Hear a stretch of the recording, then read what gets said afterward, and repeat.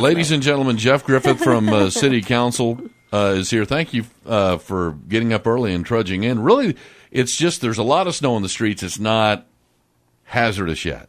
I would agree with that in the past 20 minutes driving over here, and but I would caution folks to drive slow. Mm-hmm. Be very, very careful. Obviously, we had lots of accidents in the past 48 hours, so please, folks, be very, very careful and snow is slick. It is, and you have folks, to slow down. Just go slow. Yeah, and give yourself lots of room between vehicles too. Give yourself time to stop. Absolutely, you can't just tailgate somebody and expect to be able to stop in time. Yeah, and but the trucks are out, and hopefully it'll improve in the next few hours. But just please go slow is what we recommend. Yeah, and hats off to the city workers who've been doing overtime trying to get us prepared for roads like this too.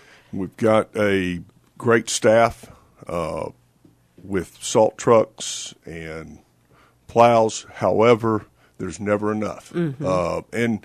And to our police department, I'd like to give a shout out to, because obviously they've had to work very, very hard in very cold temperatures with a lot of these over 80 accidents. I know. The other day. I bet they're wishing everybody would slow down so they wouldn't have to be out working wrecks. Yes. In this weather. It's so cold out there. All right. Yesterday you had the work session start at 1 o'clock. City Council was looking at it. I mean, the highlighted item really was stormwater rates and all of that, and we'll dive into that here in just a sec. Before we go into the oil and gas stuff, turns out the oil and gas is a bigger deal than most people were thinking. Of course, everybody gets a bill, and so that's why I was thinking that the city council meeting was going to look like the Salem witch trials last night. I mean, because pitchforks and stuff. Well, and I don't mean to laugh, but a lot of folks have got the right to be upset when they got these new bills, and so we've heard from a lot of them. The mayor had a town hall, of course, over a week ago. Councilwoman Gibson's going to host Tuesday, yes, and Wednesday. 2 town halls. Yeah, and those are going to be at Lake Ridge United Methodist Church. I believe that's on correct. 82nd Street. Now, okay, let me lay something out for you, because we were talking about this yesterday, and you always hear people say, "Well, we need a long-term plan. We need a comprehensive plan." Okay, well, let me just kind of regurgitate my experience. Okay, back when I built my first house, or not built my first house, when I bought my first house here in Lubbock, okay, I was putting in a sprinkler system. Okay, and so when I was researching that, I found that it was going to be more advantageous for me to pay to have a second, like a 1-inch tap put in for my sprinkler system, and essentially have 2 meters. Because meter for the house supply was to be assessed for sewage, and the sprinkler system would not be assessed for sewage.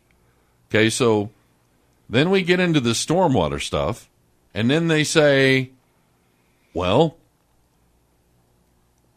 we're going to base the stormwater runoff on the number of water meters that you have in that system. Well, that was a shocker way back when. And then you talk to somebody, and I'm just telling you, man, when you would call LP&L about the water, 20-something years ago, man, it was like trying to communicate with a troglodyte. You know what I mean? Yeah. Like a caveman. Okay, so then they go to the new system, and they go from number of water meters to impervious surface. So my question is, I never really saw a reduction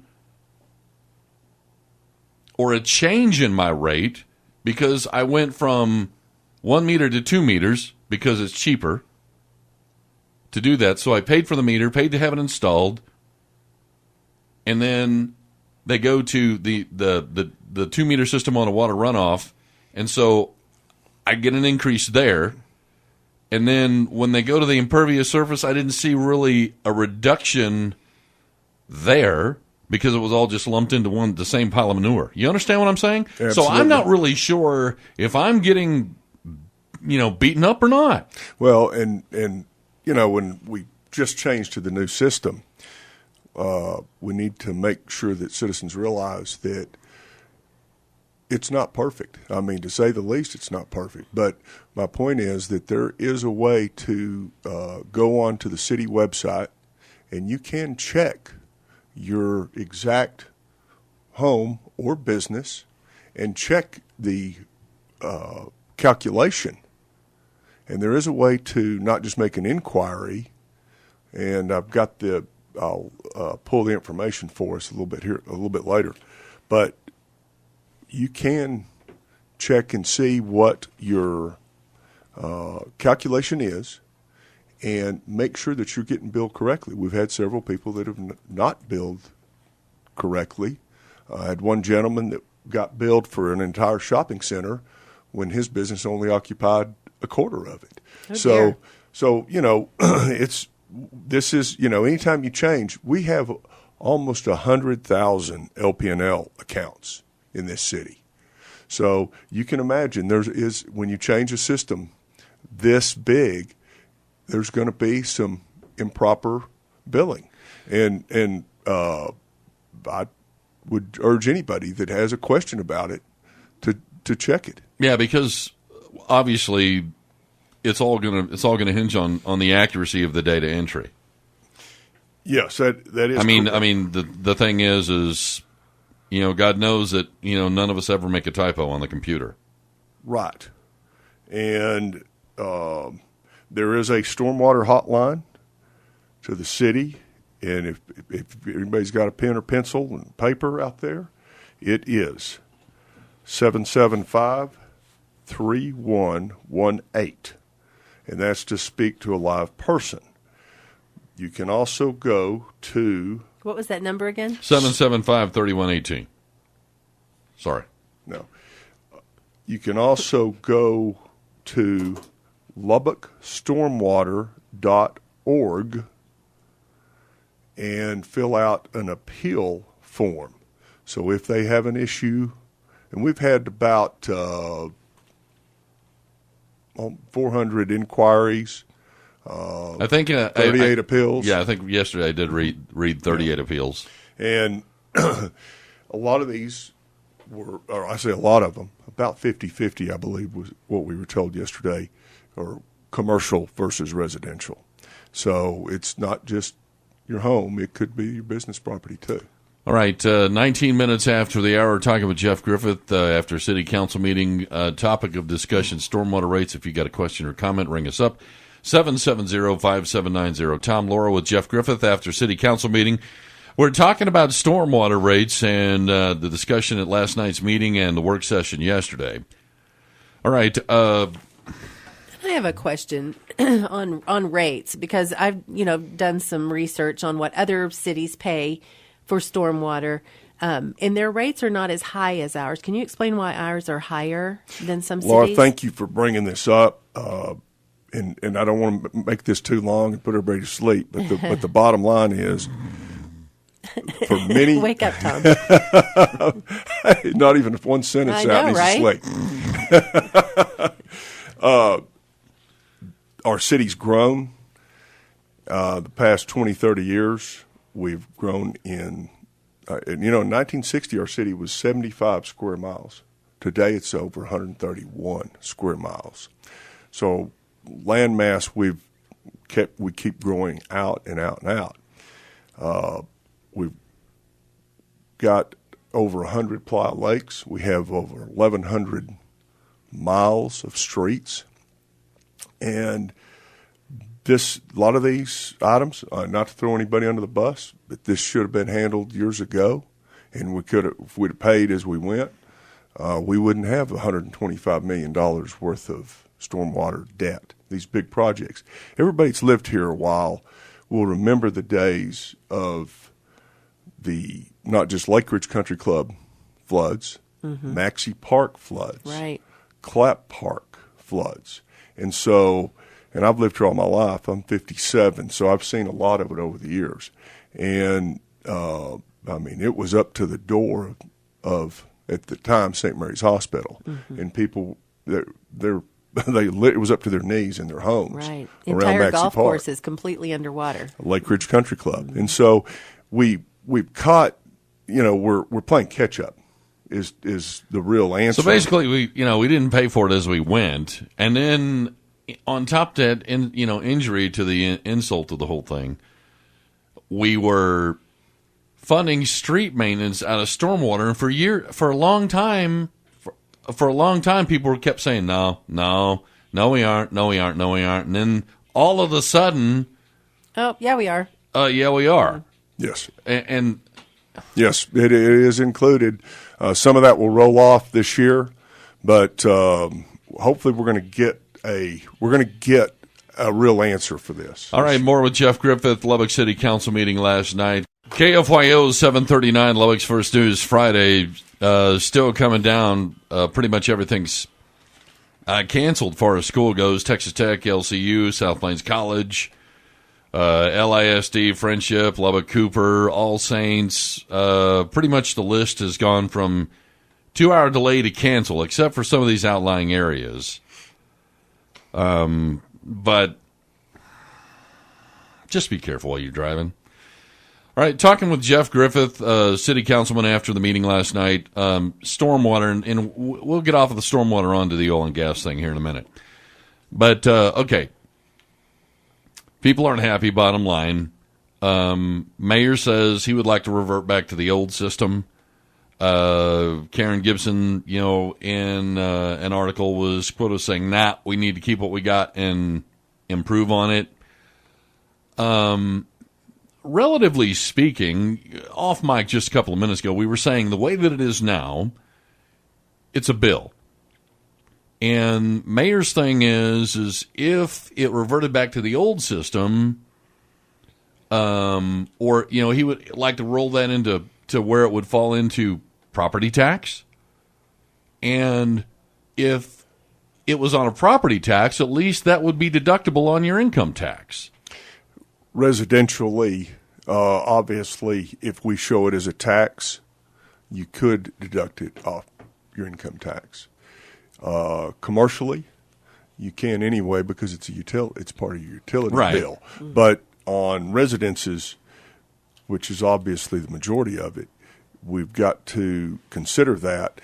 We call it a fee, and a fee is a tax. And so if it's properly named, then it could be advantageous for folks on their income tax. And what is the maximum that a home could be charged? $25.58 per month. Per month. And that's on a large home. That's what we call Tier 4. Okay. Now yesterday we were talking about this, and I had some people ring me up and say, hey, what's Laura doing with her calculator? And the thing is, the answer, Ron, is talking to Councilman Griffith, that originally there was one plan and there was one rate. Uh-huh. And then that plan would have made people pay businesses pay no more than $430 a month. But that was not the one that was then put into play. There was a higher rate that I guess came in. There were two committees. Committee A, and then now we're and the committee, the last committee where we came up with this, worked for over a year on it, and there was one in 13, and then of course one in 14. But the 2014 committee, Councilwoman Latrell Joy and Councilwoman Karen Gibson both did a lot of work on it. There was citizen involvement, Lubbock City staff involvement, and they did a very thorough job. This is a extremely difficult issue because, again, as I was saying a while ago, we're dealing with a lot of debt that we have to pay for, whether we like it or not. We can't walk away from it, and we've got to move this water away with these 1,100 miles of streets, and the way it's built, you've got to understand that, and I understand a lot of folks are unhappy, and I've listened to a lot of them and conversed with a lot of them, read a lot of emails, and we are listening, and hopefully we're going to come to some changes. What we can do, we will do the very best we can to get some changes done. Staff is very clued in on this, and I think we will get some help. Okay, go ahead. The current rate now, then, that was then set in 2014, which was higher than what I was using yesterday, which was the 2013 rate. That was set up to accomplish what? To get us paid up on this $124 million debt? We paid this year, we've got right at $24 million worth of debt service. Or $24 million. $24 million. That's just for this year. That's not the debt. I think okay. the total debt is $114 million. Yeah, and so what happens is that we've got to get to $24 million this year. Uh-huh. That's the bottom line. We've got to pony up for this. So that's why 2013's rate was changed by the next committee that said it needed to go up. We had to, and I need to let everybody know that there is light at the end of the tunnel. Yeah. Eventually. Well, how much revenue would churches? I mean, I know a lot of churches did not want to be part of this because it's costing them a lot of money. A lot of churches have expressed their dissatisfaction, and rightfully so. But revenue from churches is over $1 million.